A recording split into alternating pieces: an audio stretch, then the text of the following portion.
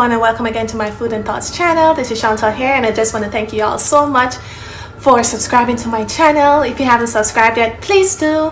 Every week I'll be tuning in on Mondays with a thought, which will be 10 minutes or less, and then every other week I'll be tuning in with a great and delicious recipe, y'all. So if you are a vegetarian or you are a pescatarian, you will enjoy this. Okay, I'm here to share what I know, and I hope that you guys will share with me too. So today I am tuning in with part 2 of Waiting Well. If you haven't catch part 1, please click the link in my bio and watch it. Basically, we just spoke about how to wait well and not get involved or entangled into anything that we don't need to be entangled in while we wait. And today I'm just going to speak about part 2 on how to wait well. So enjoy. So what is waiting well? Waiting well basically is a state of your heart while you wait on God's promises to be manifested in your life.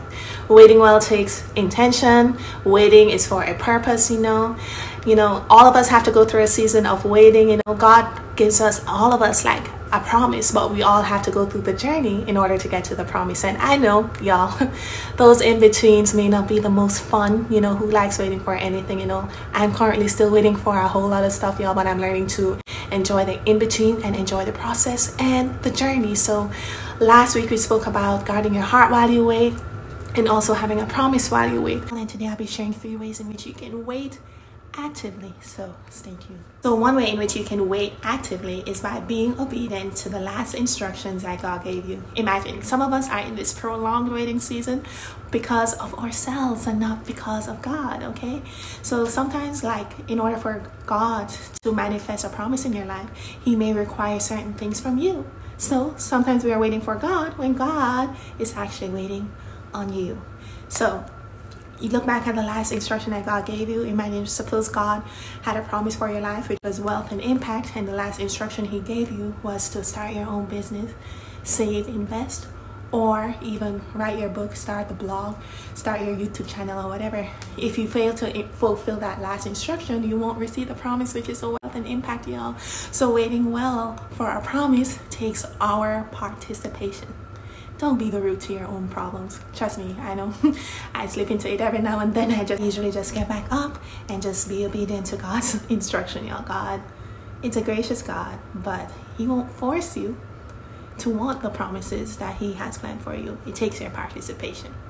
So the second way in which you can wait well is by working on yourself while you wait. If you're waiting for something, things around you on the outside that you can't control, is not moving at the time, you can always work on yourself, on your own self, y'all. You are your greatest investment. You can work on your personal development. You can educate yourself more. You can work on your health. You can develop your relationship with God. There are so many internal things that we can do, and honestly, that's like a lifetime or lifelong work. So while you wait, in your waiting season, invest in yourself. You are your greatest investment, and the more you work on yourself, the more God can actually add to your life, because God likes a great manager, y'all. If you steward yourself well, y'all, God is able to have like more room, and He can use you for great works within His kingdom. So work on yourself while you wait, y'all. And the third and final point, y'all, this is for the single people out there. If you're waiting on a spouse or something, you can work on your single assignment, y'all. Did you know that you have a purpose before marriage?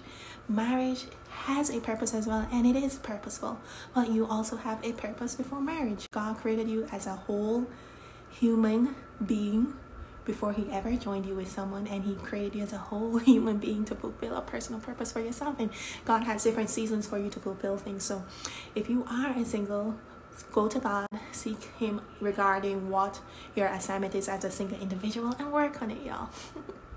I promise you that by doing so, you'll be able to see some promises manifested in your life as a single, y'all. So don't neglect your single season and not work on your own personal purpose that God had assigned for you during your single season. So that is it for today, y'all. I hope you enjoyed this content. Tune in again next Monday for another thought, and hope y'all stay good, stay safe, and speak to y'all next time.